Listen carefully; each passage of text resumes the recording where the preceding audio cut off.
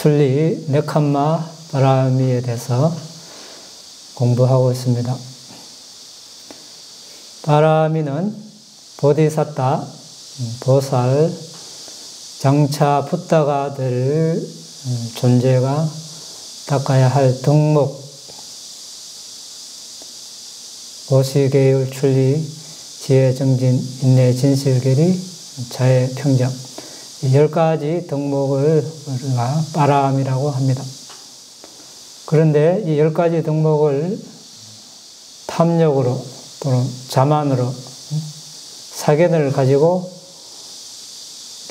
보시를 하고 계를 지키고 나머지 8가지도 그렇게 행한다면 바라미가 되지 않습니다. 그걸 우리가 염두에 두고 이 바라미를 닦아야 하겠습니다. 오늘은 우리가 지금 네카마는 우리 출리입니다.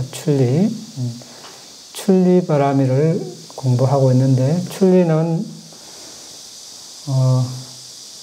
가정생활을 떠나 이제 성원이나 산으로 가서 언든 수행하는 것, 이것을 우리가 출가 또는 출리라고 합니다. 또는 정신적으로 감각적 사유에서 벗어나는 것, 이것을 출리라고 합니다. 또 성냄, 악의에서 벗어나는 것, 출리입니다. 남을 괴롭히려는 사유에서 벗어나는 것, 출리입니다. 감각적 사유에서 벗어나려면 어떤 부정관을 사용한다든지 무상고, 무아로, 생명체든 무생명체든 이렇게 숙고를 해야 합니다. 악의 성냄은 자해관으로, 악의 성냄에서 벗어나려면, 출리하려면 자해관을 닦아야 되겠죠. 남을 괴롭히려는 사유에서 벗어나려면 연민을 닦아야 하겠습니다. 지난 시간에는 출리와 비구 생활과의 관계에 대해서 알아봤습니다. 보디사타가 전생에 바라미를 닦을 때 어떤 생에서는 먼저 비구가 되고 집을 나왔습니다. 비구가 먼저 되고 출가를 했습니다. 어떤 생에서는 집을 먼저 나오고 그 다음에 비구가 된 그런 경우를 봤습니다. 거기에 대해서 우리가 이야기를 했고, 숲속에 사는 5가지 경우 우리가 봤습니다. 그 중에서 붓다와 붓다의 제자들이 칭송해서 숲에 사는 것, 적견하고 적은 것으로 만족해서 숲에 사는 이익을 알고 숲에 사는 것, 이 2가지가 이제 바람직하다고 우리가 알아봤습니다. 오늘은 출리 2가지, 출리를 2가지 측면에서 한번 더 보겠습니다.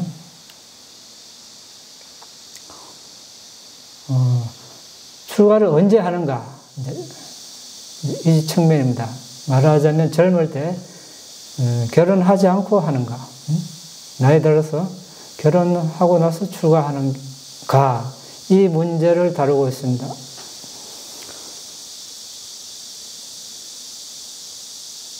어느 것이 더 하기 쉬운가? 또는 출가하기 더 어려운가? 여러분은 어떻게 생각합니까? 결혼해 보신 분들 하면 2개 다, 어쨌든 2가지 다 경험해봤죠? 결혼 안 한 사람은 안 해봤으니 한 가지밖에, 어느 게 어려운 것 같습니까? 하고 나서, 결혼하기 전에 출가하기 쉽겠습니까?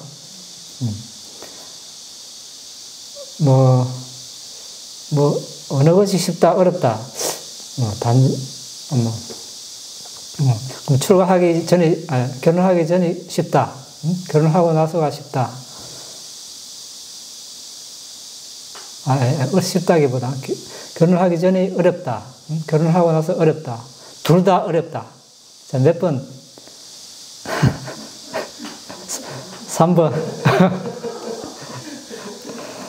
다른 분들은 왜냐하면 우리가 이렇게 한번 생각해 볼 필요도 있다는 것입니다. 왜냐하면 붓다 왕사에 있는 이야기입니다. 이 비구가 하는 이야기 아닙니다. 여기 지금 출가 전이 결혼 전이 어려운가, 결혼하고 나서 어려운가, 그 문제를 붓다 왕사에서 다루고 있습니다. 출가는 뭡니까? 직업의 한 방편이 아니죠. 직업의 한 방편으로 출가를 생각할 수는 없습니다. 직업을 구한다는 것은 뭡니까? 생계를 영위하는 것이죠. 생계를 영위하고 또는 자신이 하고 싶은 것, 감각적 욕망도 충족을 해야 하고 자, 이런 것들은 뭡니까? 또 다음 생을 야기합니다. 그렇죠? 윤회를 끊는데 이바지하지 않습니다. 그런데 비구가 된다는 것은 뭡니까? 비구는 무슨 뜻입니까?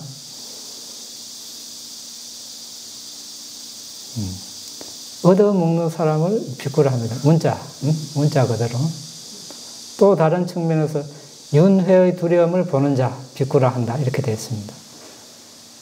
얻어먹지만 구걸을 하지 않습니다. 이해합니까? 얻어먹는 사람이죠. 비구는 얻어먹는 사람입니다. 누구 주면 얻어먹습니다. 그런데 구걸하지 않는다는 것은 달라고 하지 않는다는 뜻입니다. 그냥 대문 앞에 가서 서 있을 뿐이죠. 초인종을 누르지 않고 부르지 않습니다. 그냥 집주인이 앞에 비구가 있는 것을 발견하고 음식을 주면 얻어오고 발견하지 않고 봐도 주지 않으면 주세요 하지 않고 그냥 다음 집으로 갑니다. 그래서 얻어먹지만 구걸하지 않는다 이런 표현을 합니다. 단지 예외는 필요한 거 있으면 말씀하십시오 이렇게 한 사람에게는 뭐가 필요합니다 이렇게 이야기는 할 수 있습니다. 가족에게는 그런 요청이 없어도 가족과 친척에는 필요한 것을 요청할 수 있습니다. 자, 그래서 출가, 비구가 된다는 것은, 그건 직업 구하는 것, 다음 생을 이야기하는 것을 끊는 것이니까 직업 구하는, 어떻게 보면 직업을 구하는 것과는 반대죠.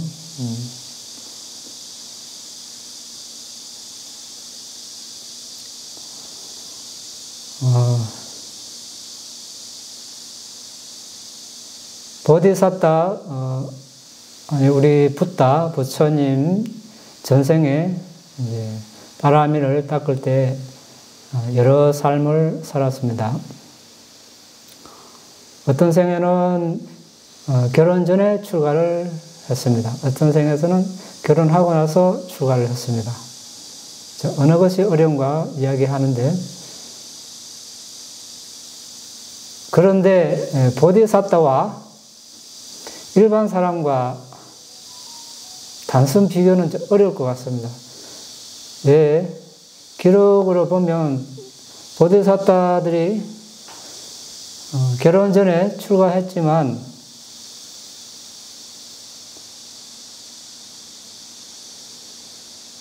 결혼 전에 출가한 삶에서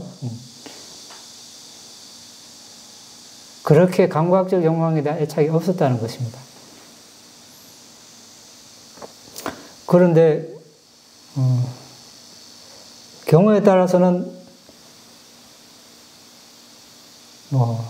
결혼 전에 또 출가하기 어려울 수도 있습니다. 결혼 생활을 안 해봤어. 거기에 대한 동경, 막연한 동경, 그런 것 때문에. 근데 결혼하고 나서는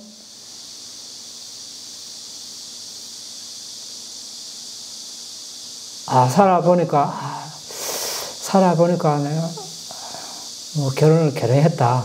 이런 생각할 수도 있겠고, 또 가족, 남편, 아내, 자식의 애착이 너무 많아서 또 어려운 경우, 또 두 가지로 나눌 수 있을 것입니다.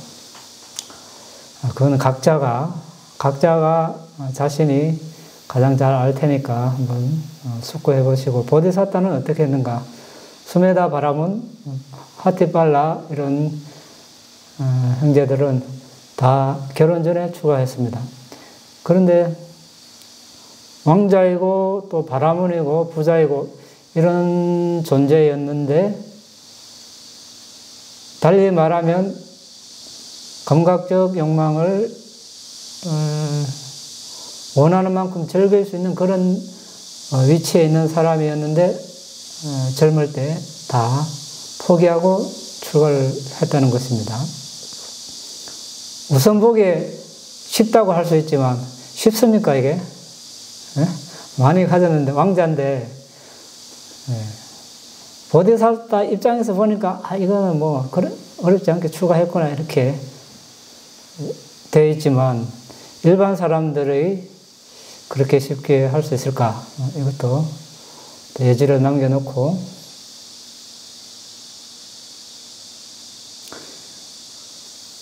그리고 또 다른 경우에 결혼한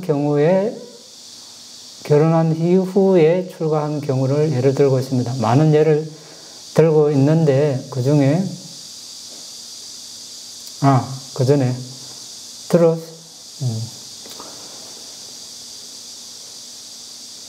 그 데미아 왕자, 전번에 우리가 한번 이야기했죠. 기억납니까? 데미아 왕자 기억 안 납니까?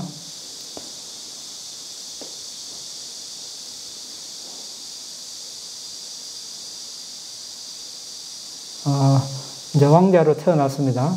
태어난 지 한 달 만에 공식 석상에 나타났습니다. 그러니까 아버지, 왕이죠. 왕이 재판을 하는 법정에 아버지 무릎 위에 앉았습니다.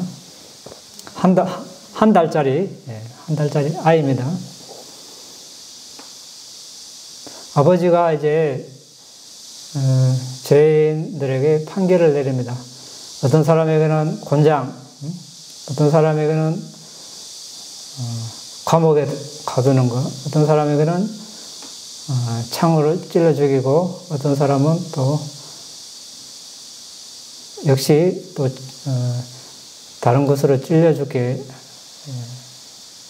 만드는 그런 판결을 내립니다. 그런데 이 아이가 그걸 보고 잠자리에 누워서 생각합니다. 왕이라는 게 뭔가?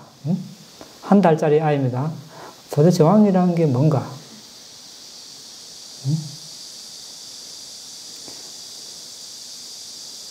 그 아버지가 판결을 내리는 걸 보고 충격을 받아서 도대체 왕이라는 게 뭔가? 이렇게 생각하니까 자신의 전생을 보게 됐습니다.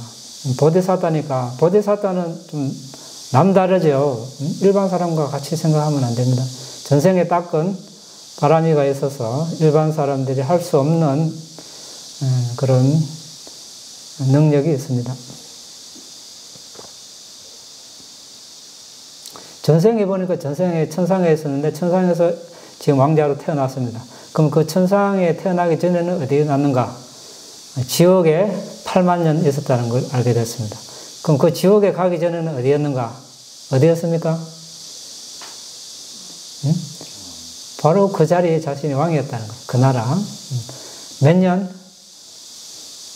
20년간 그 나라를 통치한 과거로 8만 년 지옥에 떨어졌어요.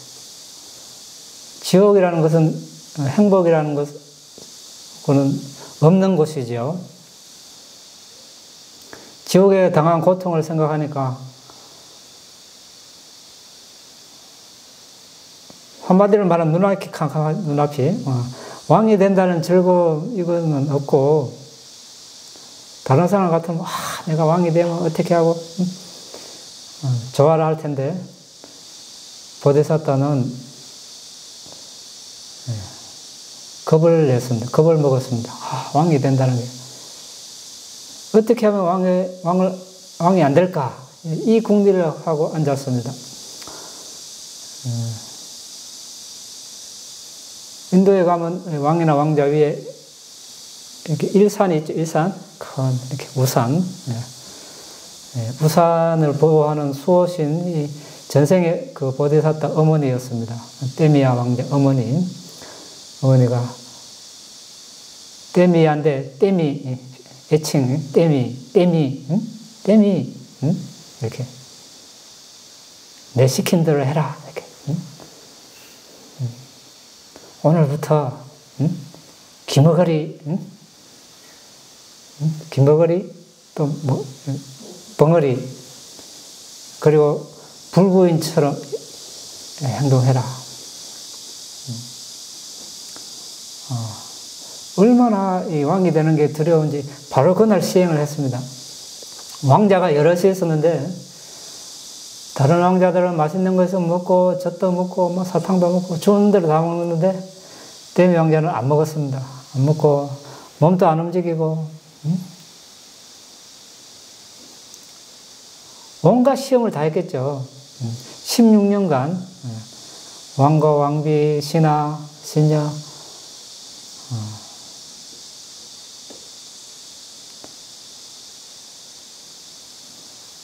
대소변도 그대로 그냥 그 자리에서 사고 맛있는 거 줘도 안 먹지. 또 모르게 살가서 놀래키기도 하고 눈앞에 막 끔찍한 광경을 보이기도 하고 또 이렇게 구들에 군불을 많이 떼가지고 뜨겁게 해도 꼼짝을 안 하는 것입니다.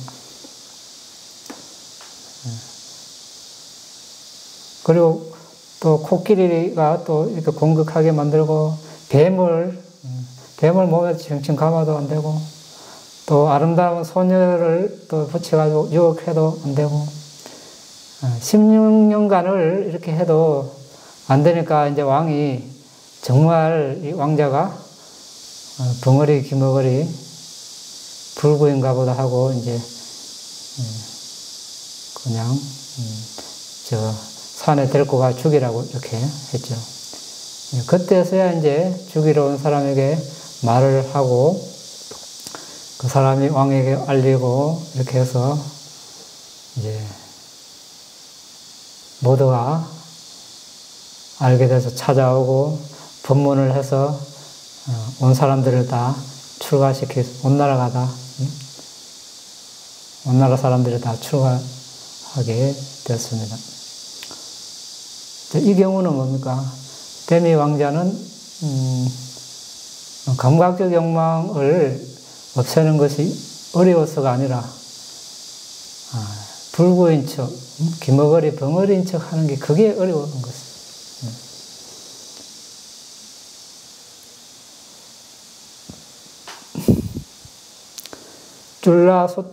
줄라숫다 소마 왕이 있습니다.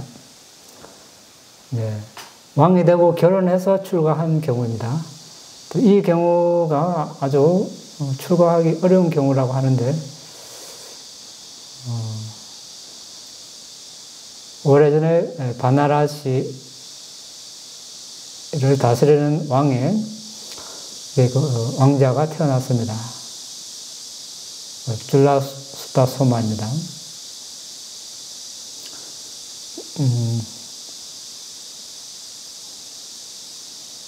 적절한 나이가 되어서 이제 딱가실라 지금의 뭐 간다라 지방인가 그쪽에 가서 여러 기술을 배우고 이제 돌아왔습니다. 이제 왕위를 물려줬겠죠. 왕이 되었습니다.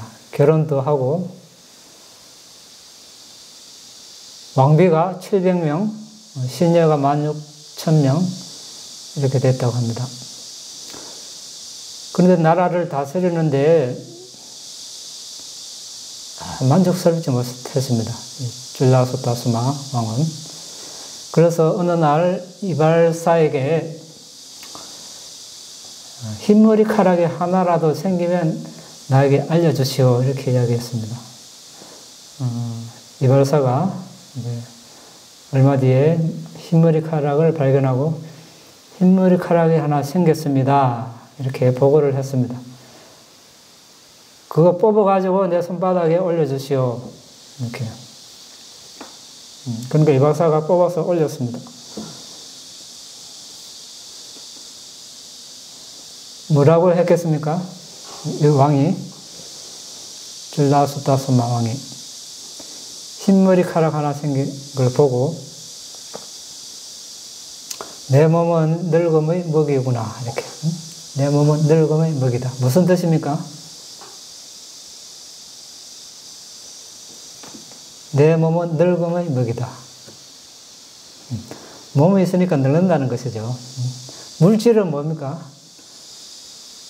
물질을 부탁해서 물질은 변하니까 물질이다, 이렇게 정의를 하십니다. 우리 몸은 항상 변합니다. 변하는데 겉으로 보기는 이제 늙어가는 것이죠. 그렇게 말하고 강요들, 브라만 시민들을 다 소집을 합니다. 아니, 흰머리카락 하나 생겼는데 온 나라 사람을 다 소집을 했습니다. 그리고 왕좌에 앉아서 벗들여, 이렇게 벗들여 흰머리카락이 하나 생겼습니다. 대단한 어떤 뭐 정사를 이야기하는 것이 아니고 흰머리카락 하나 생겼다고 강요들을 소집하고 시민들을 소집했습니다. 흰머리카락이 하나 생겼으니 나는 비구가 되어야 할 것입니다, 이렇게 이야기했습니다. 비구가. 흰머리카락 하나 생겼으니까 이제 비구가 될 것입니다, 이렇게 선포를 했습니다. 그러니까 모인 사람들이, 아니 지금 아내가 700명이 있는데 그 사람들은 어떻게 하라고, 이렇게. 이제 이렇게 이야기해도 이제 듣지를 않으니까 왕 어머니에게 이제 알렸습니다. 어머니에 알리니까 왕의 어머니를 뭐라 합니까? 모르겠네. 응?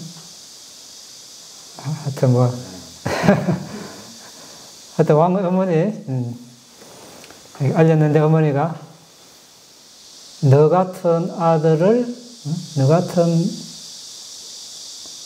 아들의 어머니로 환대받은 날은 운수 없는 날이다. 말하자면 그러니까 팔자 사나운 날이다. 팔자 사나운. 한번 생각해 보세요. 이해됩니까? 아들이니까 왕인데 또 아들이라고 너라 하면 좀 그렇겠네요. 당신 같은 사람의 어머니로 환대받은. 그러니까 이제 왕이 될 어머니로 환대받았다, 이런 뜻이죠. 그때는 좋았다는 것이죠. 근데 지금 왕을 안 하고 출가한다니까 이제 그때 환영받은 날이 운수 없는 날이다. 이 어미가 이렇게 울고 외치는데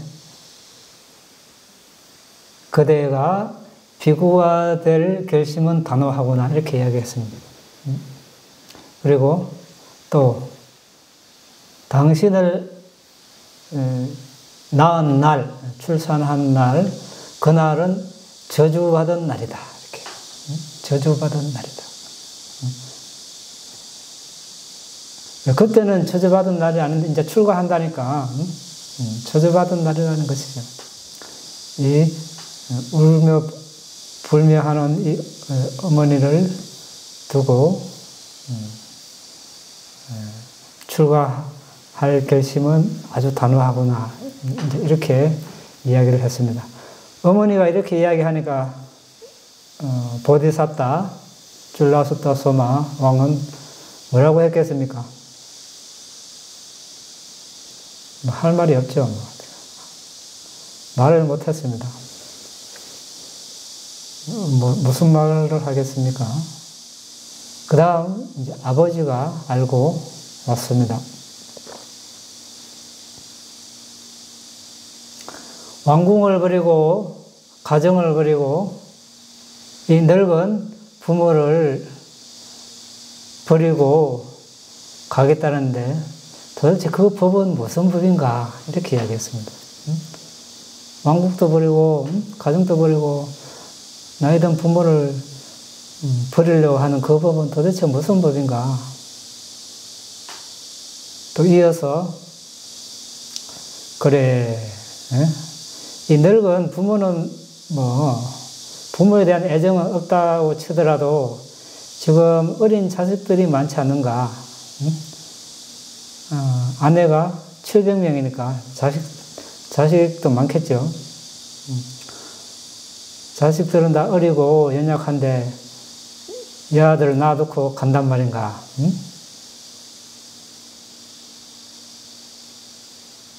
그들은 보살핌을 받아야 한다. 왕이 없으면, 아버지가 없으면 아주 슬픔에 빠질 것이다. 그러니까 이 보디사타가 예, 맞습니다. 저에게는 자식도 많습니다. 그들은 다 어리고 연약합니다. 그들과 오랫동안 지냈지만 이제 뭡니까? 이제 떠날 시간입니다. 이제 헤어져야 할 시간입니다. 이렇게 이야기했습니다. 이제 헤어져야 할 시간입니다. 가족, 아무리 가족이라도 영원히 같이 살 수 없죠. 왜 보디사타에게 이런 일이 일어났습니까? 전생에 지은 바람이, 전생의 업이 보디사타를 가만 안 놔두는 것입니다. 이제 왕노를 그만하고 빨리 떠나라. 업이 이렇게 이야기하는 것입니다. 지금 그러고 앉아있을 때가 아니다. 왕노를 그만하고 빨리 출가해라. 업이 이렇게 말하는 것이죠. 그러니까 그걸 누가 감당합니까? 아무도 감당 못하죠. 자신도 그 업에 순응을 할 수밖에 없습니다. 전생에 닦아놓은 바람이가 있기 때문에 때가 되니까 가만 안 놔두는 것이죠. 때가 되니까 흔들어 봅니다. 그 안락한 왕이 그만하고 빨리 떠나가는 거예요. 그러니까 어머니가 아버지가 그렇게 이야기해도 꼼짝 안 하고 그 뒤로 이제 왕비 또 이제 자식들이 줄줄줄이 와가지고 말렸지만 다 헛사였고 마지막에 보디사타가 삶은 채를 통과하는 물과 같다. 이렇게. 채 뭡니까? 채. 얼기미.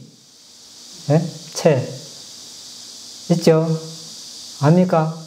얼기미. 몰라요. 채 몰라요. 이렇게. 이게 얇은 합판 이렇게 둥글게 말아가지고 밑 한쪽에 지금 저기 방충망 비슷한 그 망을 깔아가지고 곡식하고 이렇게 곡식 껍데기 분리하는 거 있죠. 참깨하고 참깨 껍질을 이렇게 흔들면 참깨는 떨어지고 껍질은 남고 그 채, 얼김이라 얼김이. 거기다 물을 부으면 어떻습니까? 쑥 빠져버려, 쑥. 우리의 하루는 그렇게 빨리 지나간다는 것입니다. 삶이 그렇게 휙 지나간다는 것이에요.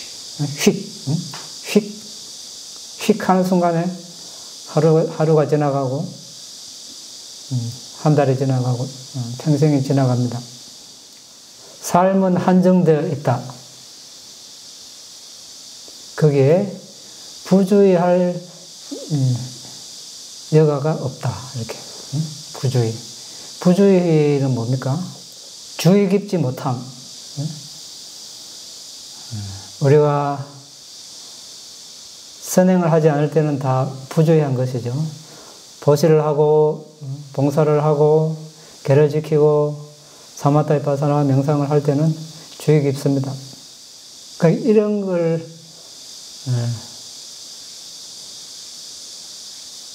빨리 해야 하는데 왜 하지 않는가, 이제 그런 뜻이 되겠죠.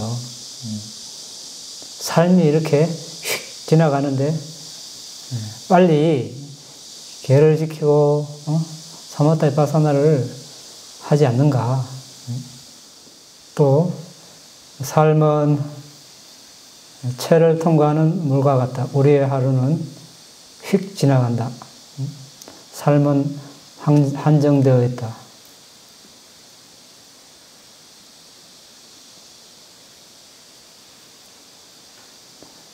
어리석은 자만이 부주의하다.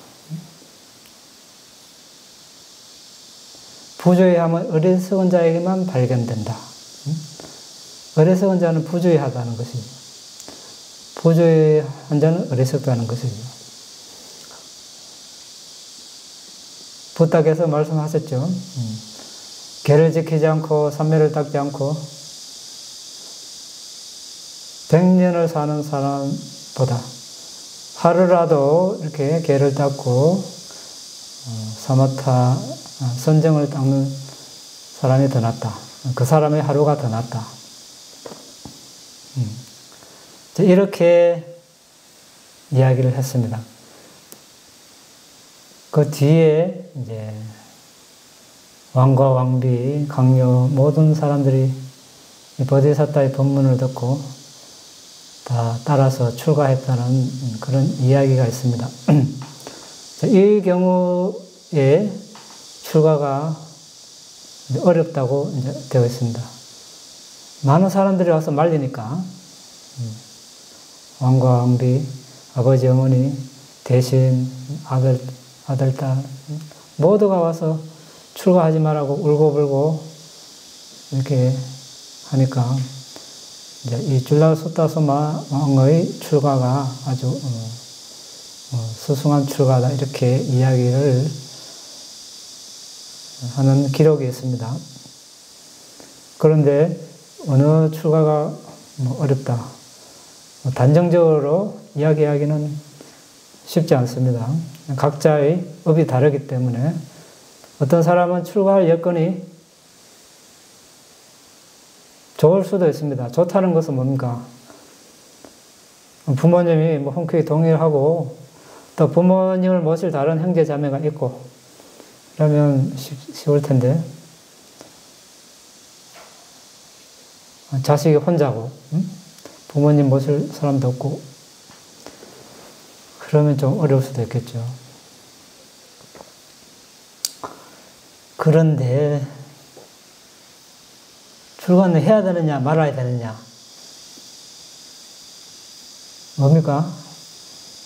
그 문제를 해야죠. 출가를 해야 하는데 언제 하는가 그 이야기를 하기 전에 이 이야기를 해야 되겠네요. 4월 달에 미얀마에 출가 지망자 3명을 데리고 출가 안내를 하러 갔습니다.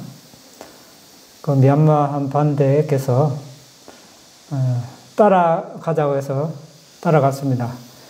가니까 그 이웃 네라파우 소속 이웃 성원입니다. 사마네라 뭡니까? 삼위 있죠? 20세가 되면 비구로 출가할 수 있습니다. 20세가 되지 않으면 비구로 출가할 수 없습니다. 20세 미만의 출가자를 사마네라, 남성 출가자, 사미라 그러죠. 사마네라, 교학하는 곳입니다. 보니까 한 100명은 좋게 넘을 것 같습니다. 다 10대죠. 10살 정도도 있을 것이고, 19살짜리도 있을 것이고, 근데 국적이 미얀마만 있는 것이 아니고, 스리랑카, 태국, 중국,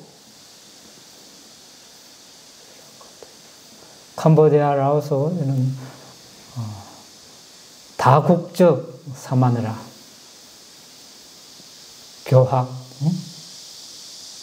교학소.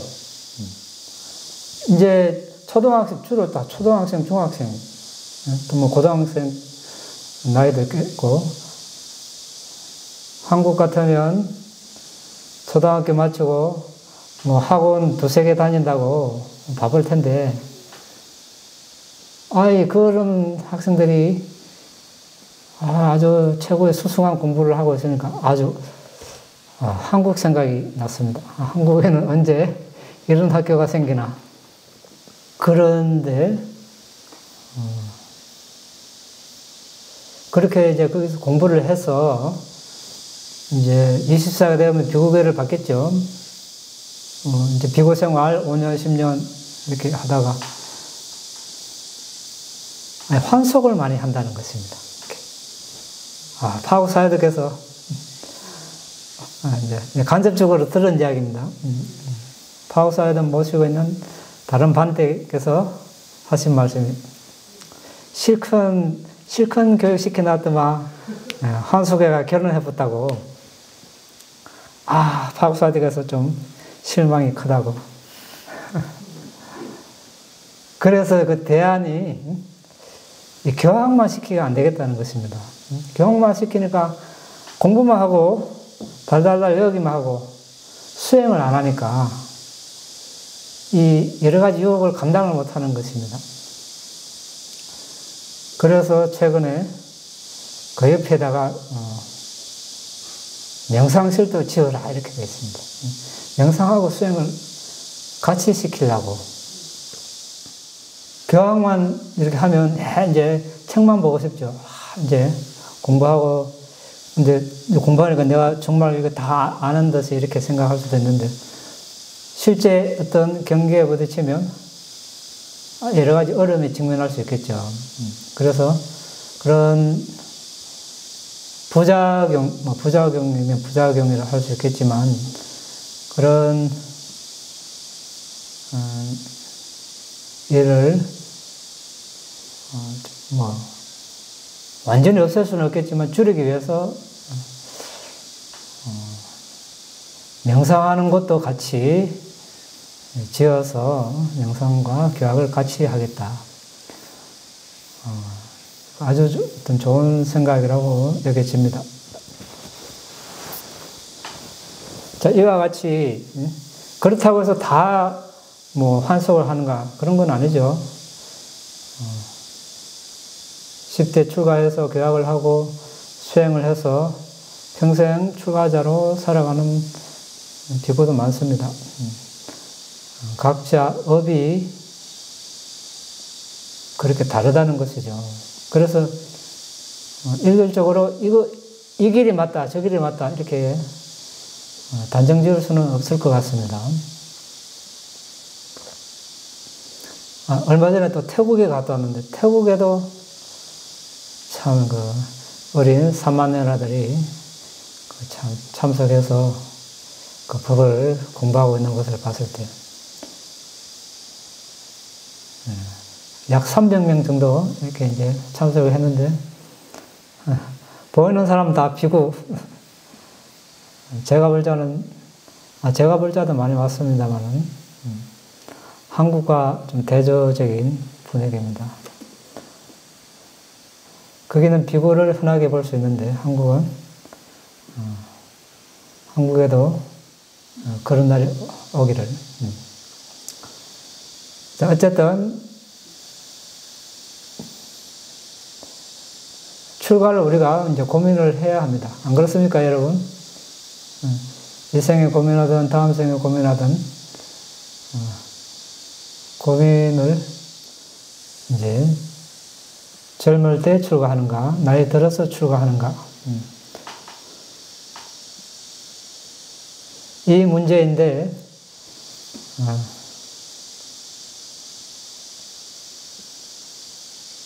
모르겠습니다, 저는 어느 게 좋은지 모르겠어요. 어느 게 더 어려운지. 가족에 애착이 많으면 나이 들어서 결혼해서 출가하는 거 어려울 것입니다. 가족을 보살펴야 하니까. 한편으로 생각하면 가족이 없는 상태에서 출가하는 게 홀가분하고 쉬울 수 있습니다. 이러나 저러나 우리가 가족에게 또는 아는 사람들에게 정말 도움이 될 것이라면 법을 공부해야 되죠. 법을 공부하려면 출가 생활이 가장 유리합니다. 그래 해야 그 가족에게 우리가 진정한 도움을 줄 수 있습니다. 법을 배우지 않으면 그냥 물질적인 도움만 주다 보면 윤회 연장선상에서 도움을 줄 뿐입니다. 괴로움의 소멸을 위한 도움을 줄 수가 없습니다. 그래서 출가를 하는 것입니다. 그런데 왜 부모와 아내와 자식들이 울고 말립니까? 이해를 하지 못하니까요. 그런 것이죠. 이 사람이 왜 출가하는가 이해를 못하니까 큰일 난 것처럼 그렇게 이야기하죠. 왕국을 버리고 가정을 버리고 간다니까. 이해를 하면 축복을 할 텐데. 출가자는 그것까지도 안고 가야 되겠죠. 이해 못해도 언젠가 이해할 날을 기대하면서 법을 나눌 날을 기대하면서 이제 출가를 하는 것입니다. 그걸 완전히 이해를 시키고 출가하겠다. 출가 못할 수도 있겠죠. 출가 한번 다 생각해 봤습니까? 당장 우리가 이 몸이 떠나지 못하면 할 수 있는 것부터 한번 이제 시도를 하는 것입니다. 감각적 사유 출리죠. 감각적 사유를 하지 않는 것, 악의 성냄 사유를 하지 않는 것, 남을 괴롭히는 사유를 하지 않는 것, 이거부터 시작을 하는 것입니다. 하다 보면 한계에 부딪히는 시점이 올 수도 있습니다. 그때 이래서는 안 되겠다. 이것으로 부족하구나. 그때 이제 진정한 출가를 한번 고민해 볼 수도 있을 것입니다. 아니면 어떻게 해야 됩니까? 흰머리카락이 하나 생겼는가? 오늘 한번 찾아보십시오. 흰머리카락을 보고 출가할 마음이 생기는가 안 생기는가? 줄라수타수마 왕처럼. 자, 오늘 여기서 마치겠습니다.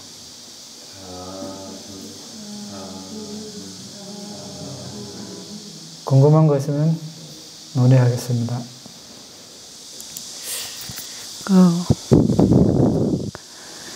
일찍 수행센터에 들어가서 사마네라 생활을 한다고 말씀하셨어요. 네?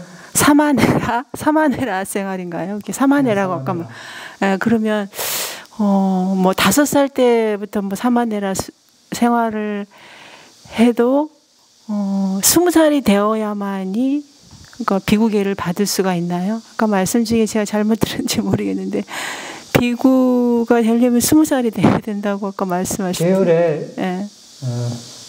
만 20세 미만 출가시키면 빠지띠야 계율을 어긴 것이 이렇게 되어 있습니다.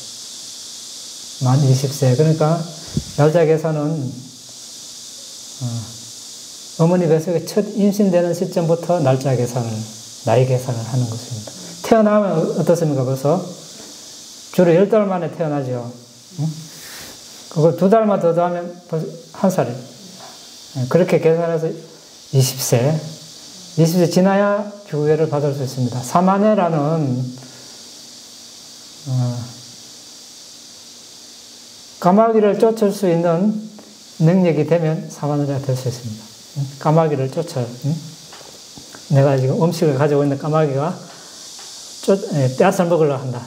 근데 그걸 까마귀를 쫓을 힘이 있으면 사마네가 될 수 있습니다. 연령은 20살이 되어야만이 비구계를 받을 수가 있다는 거죠? 비구계는 20세 돼야 하고 네. 사마네라는 까마귀를 쫓을 수 있는 그런 그리고 20살이 되어야만이 비구계를 받을 수 있다니까는 너무 어려서 좀 너무 이렇게 한 12~13살 4~5살 돼도 이미 어떤 본인이 성인이라고 생각할 수 있을 텐데 너무 늦다고 또 생각할 수도 경우에 따라서는 그럴 수도 있겠다는 생각이 듭니다. 너무 어려서 출가해 놓으니까 이제 집에서 하듯이 투정 부리고 뭐 배고프면 시도 때도 없이 밥 달라 해놓고 이러니까 이제 알겠습니다. 저는 초기 불교에는 들어온 지가 얼마 안 돼서 잘 모릅니다만은 여기 오기 전에서는 지금 좀 있으면 7월이면 7월 7석이 있고 또 백중이 있습니다.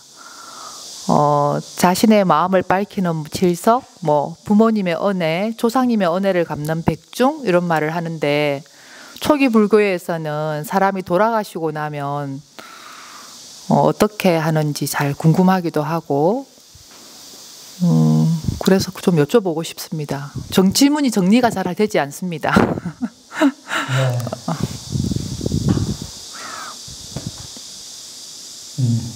사람이 죽고 태어나는 과정은 찰나입니다. 자, 예를 들어서 우리 마음은 1초에 수십억 번 일어나고 사라진다고 합니다. 그러면 이번 생에 몇 개의 마음이 일어났다 사라지겠습니까? 셀 수 없겠죠. 셀 수가 없습니다. 1초에 수십억 번이면 평생을 치면 얼마나 많겠습니까? 자, 그 첫 순간이 뭡니까? 이번 생의 첫 순간이 언제입니까? 네, 어머니 뱃속에 첫 임신되는 시점. 그때 재생연결식, 전생과 현생을 연결해주는 마음이라 해서 재생연결식이랍니다. 이번 생의 첫 마음을 이것을 시작으로 이제 수많은 마음들이 죽을 때까지 일어나고 사라지겠죠. 일초에 수십억 번. 그러면 이게 이번 생의 첫 마음이면 그 전의 마음은 뭡니까? 그 전은 뭡니까? 전생의 마음. 전생이 그렇죠. 네. 전생 죽은 마음이라 합니다. 죽은 마음. 죽음 직전 마음 또 이렇게 아주 많겠죠. 자, 여기 지금 틈이 있습니까? 수십억 그 분에 수십억 그 중에 하나에 딱 그 한순간입니다. 만약에 이제 이 죽은 마음인데 전생 죽음 직전에 이 존재가 우리가 이제 전생에 우리도 어떤 존재였겠죠. 인간일 수도 있고 천상의 존재, 지옥의 존재, 동물, 아기, 아수라 이럴 수 있습니다. 그런데 그 존재가 죽기 직전에 취한 마음이 뭐냐에 따라서 이번 생에 인간으로 나느냐, 천상에 나느냐, 지옥 동물 아기로 나느냐 달렸습니다.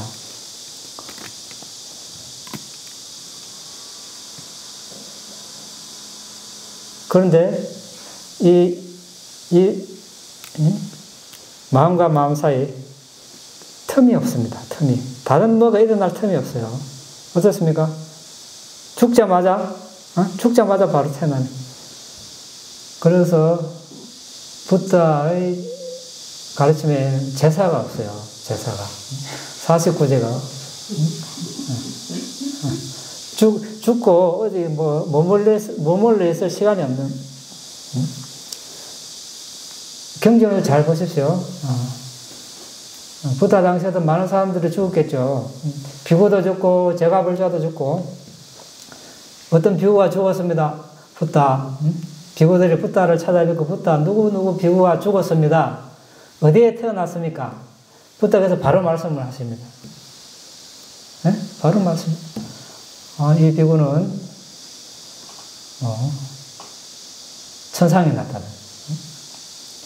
누구 집안 아들로 태어났다는. 또는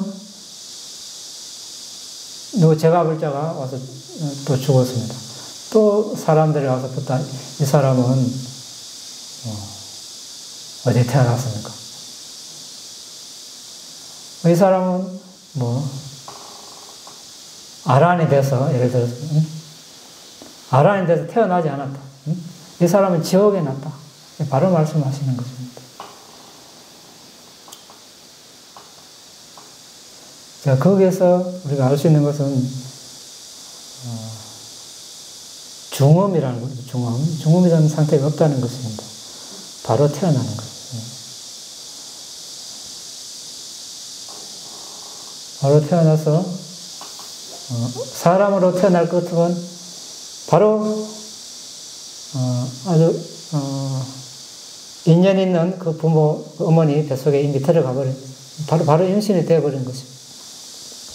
천상의 업이라면 천상은 바로 성체로 태어나죠. 성인의 모습으로 바로 태어납니다. 화생. 16살 형태로 바로 태어나고, 지옥도 화생입니다. 지옥의 날 존재는 지옥에 바로 나고. 그래서 죽은 자, 망자를 제도해서 선상으로 인도할 그런 어떤 여유가 없어요. 경전에 그런 내용이 있죠. 어떤 바라문들이 부다를 찾아뵙고, 부다, 서쪽 지방의 바라문들은 사람이 죽으면 그 영혼을 들어 올려서 제도해서 천상으로 인도한다고 합니다. 모든 것을 아시는 부다께서도 그렇게 하셨습니다. 그러니까 부다께서 참기름이 든 병을 깨가지고 물에 던지면 그 참기름이 뜨는가 가라는가 이렇게 뜨죠. 아니 반대로 이야기고 큰 바위돌을 물속에 던지면 바위돌이 가라앉습니다. 그렇죠. 그래서 사람들이 손에 손을 잡고 바위여 솟아라 떠올라라 그런다고 바위가 떠오르겠는가? 안 떠오르죠. 사람이 죽으면 이제 예를 들자면 다른 사람들이 그 영혼을 제대해서 천상에 가는 것이 아니라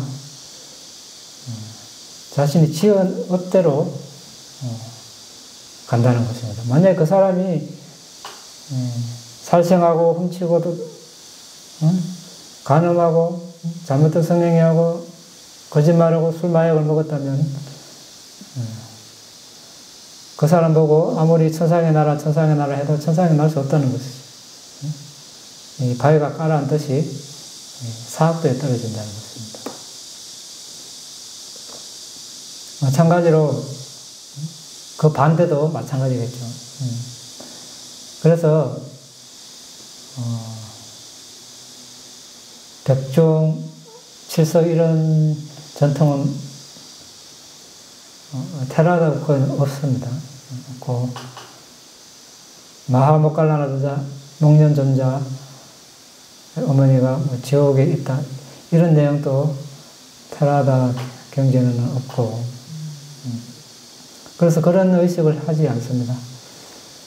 돌아가신 분을 위한 어떤 행사를 하지 않고 단지 돌아가신 분을 기리고 싶으면 뭐 제사를 지내는 거 뭐 말리지는 않습니다. 말리지는 않는데 정말 돌아가신 분에게 공덕이 되고자 한다면 제사 지내는 것으로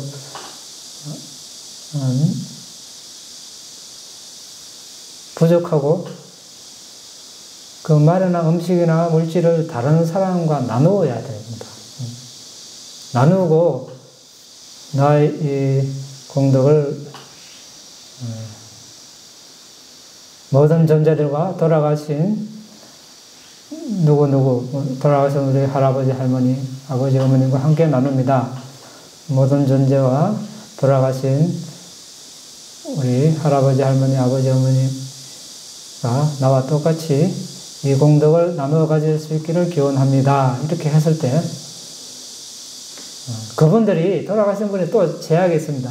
아기계에 태어났을 때 아기계에 시아기라고 보시 다른 사람의 보시로 살아가는 아기가 있어요.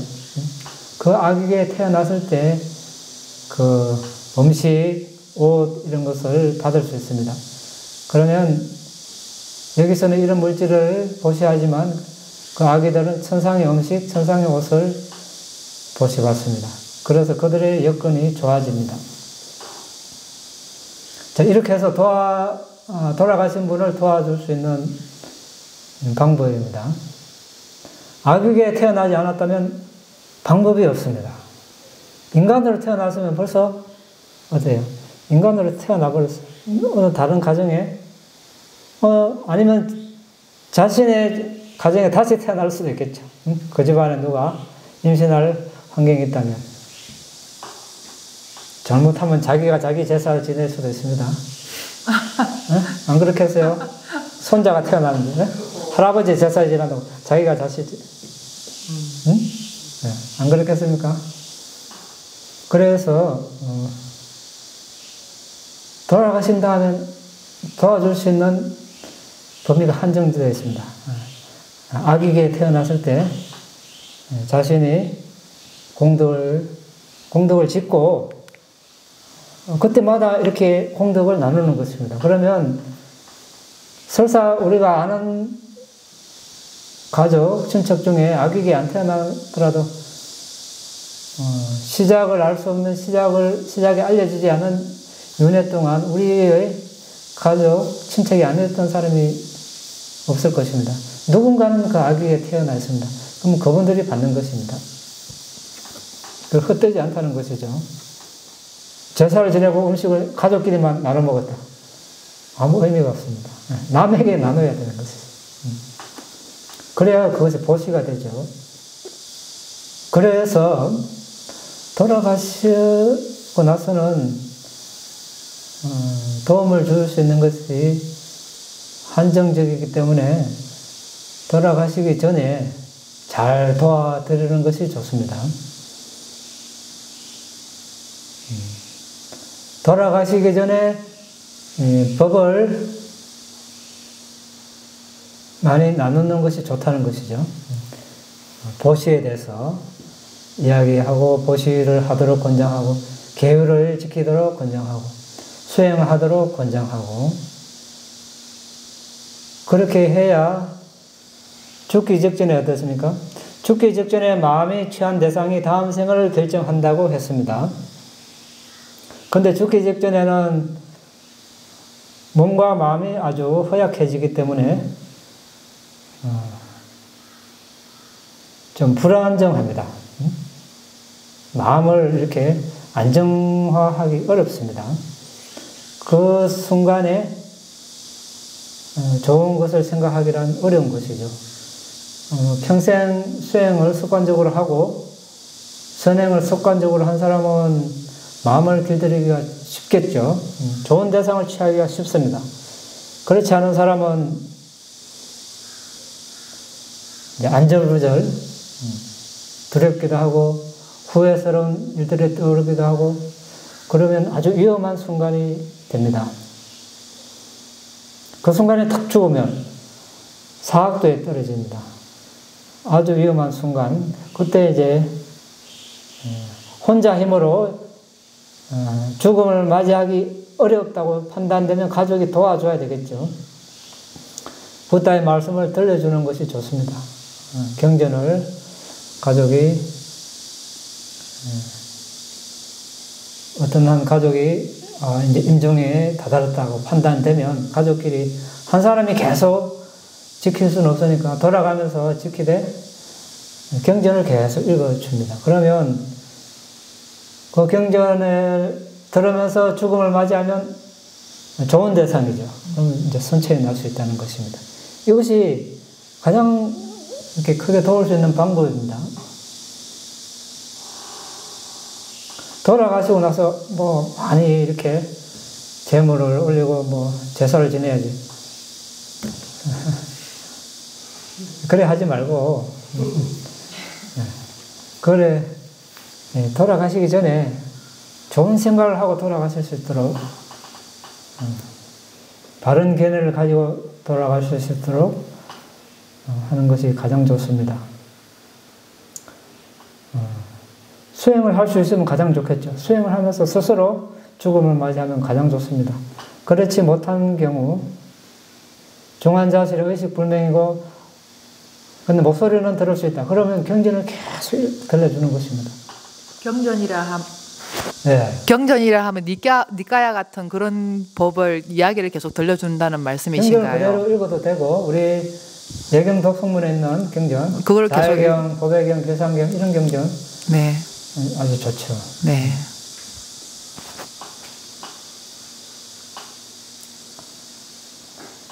가장 좋은 것은 남의 도움을 안 받는 것입니다. 응? 안 받고 죽는가? 응? 근데 실은 경전이 이제 저희는 공부를 해서 이제 이런 의미가 뭔지 의미가 뜻으로 들어오는데 잘 모르시는 분들은 그냥 이렇게 한글로 말을 해도 그 안에 들어있는 의미를 파악 못하니까 과연 죽음에서 도움이 되실까? 물론 안 하는 것보다 낫긴 하겠지만 의미 파악이 되어서 나한테 인지가 돼 좋은 마음이 들 것 같은데 그런 또 의문은 있습니다. 경전에는 부탁해서 사람의 근기에 따라 법문을 하셨습니다. 그래서 근기가 높은 한마디 하면 성인이 될 수 있는 그런 경전은 그 사람에게만 해당되는 것입니다. 수많은 청중이 있지만 그 사람만 알아들을 수 있어요. 그 사람만 딱 알아내 되고 예루자가 됩니다. 다른 사람은 옆에 다른 비구가 있어도 못 알아들어요. 어렵죠. 그런 말씀이 있는 반면에 누구나 알아들을 수 있는 살생하지 마라, 훔치지 마라, 잘못된 성행하지 마라, 거짓말 하지 마라, 정신을 흐리게 하는 것을 먹지 마라. 이런 내용도 경전에 있습니다. 그런 것을 잘 선별을 해야 되겠죠. 자해경 같은 경우는 또 누구든지 이해할 수 있습니다. 자해를 베푸는 거. 계산경 같은 거. 다 웬만하면 알아들을 수 있는 내용들입니다. 안고따라 니까야에 보면 또 제가불자들이 알아들을 수 있는 내용들이 많습니다. 거기서 선별하면 됩니다. 네. 자해수행을 하면은 자해수행의 대상이 되는 사람에게 영향을 미칠 수가 있습니까? 일 수도 있고 아닐 수도 있습니다. 그런데 자해수행의 일반적인 목적은 첫 번째 목적은 자신의 마음의 고요함, 평화로움. 여러분들 한번 실험해 보십시오. 자신에게 자해를 보내고 다른 사람도 종류가 있죠. 자신이 아주 좋아하는 사람, 존경하는 사람, 나와 아주 무관한 사람, 나를 아주 싫어하는 사람, 적대적인 사람. 이제 적대적인 사람에게 바로 하면 오히려 성냄이 일어날 수 있으니까 자신에게 먼저 자해를 보내고, 그 다음에 자신과 무관한 사람에게 자해를 보내고, 익숙해지면 그 다음에 이제 적대적인 사람에게 자해를 보냅니다. 쉽지 않지만 계속 하다 보면 자신의 마음이 아주 부드러워지는 걸 알 수 있습니다. 여기서 주의할 점은 그 사람이 나의 자해를 받는가 안 받는가, 이거는 우리의 관심사가 아닙니다. 일단 첫째는 우리가 일단 수행을 할 때 마음의 고요함을 얻고, 또 성냄이 일어나고 악의가 일어났을 때 우리의 마음을 다스리기 위해서 1차적으로 자해관을 하는 것입니다. 그 와중에 어떻게 다른 사람에게 그 자해가 전달되겠습니까? 그런데 불가능한 것은 아니죠.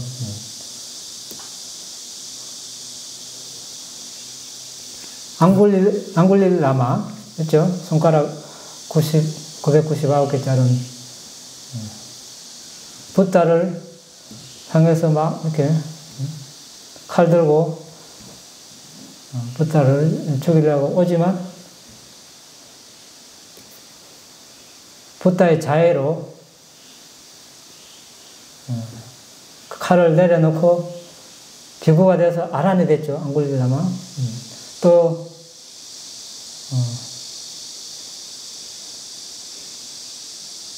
코끼리,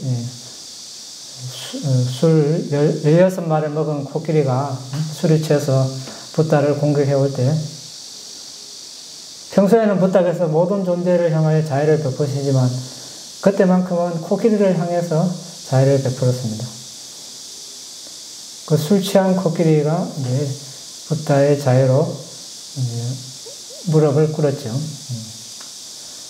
이렇게 가능한 것입니다. 그리고 여러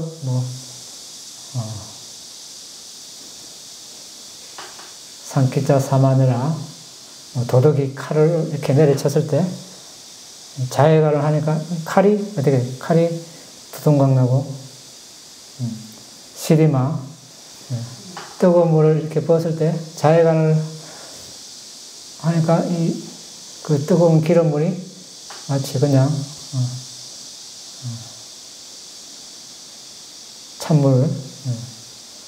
찬물로 변해가지고 다치지 않고, 이런 경우는 자해관을 전문적으로 중점적으로 개발했을 경우는 가능하다는 거죠. 그냥 자해선멸을 닦지 않고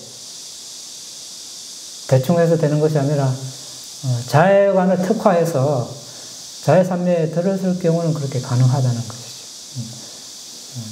그런데 우리가 일반적으로 자해관을 할 때는 다른 사람이 나의 자해를 받을 것인가 받지 않을 것인가, 이것은 우리의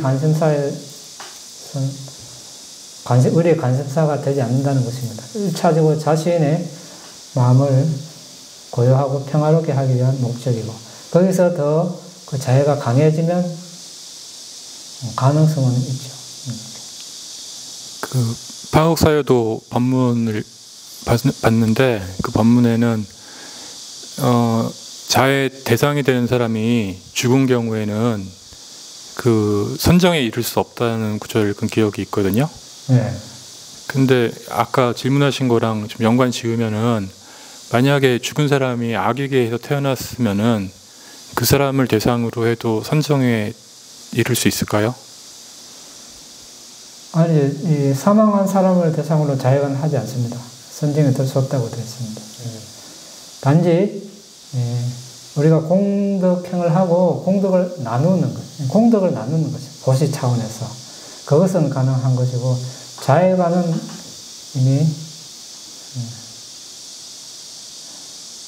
죽은 사람을 대상으로 자해관을 할 수 없는데, 이제 악의로 태어난, 그러니까 악의로는 이미 다른 존재죠.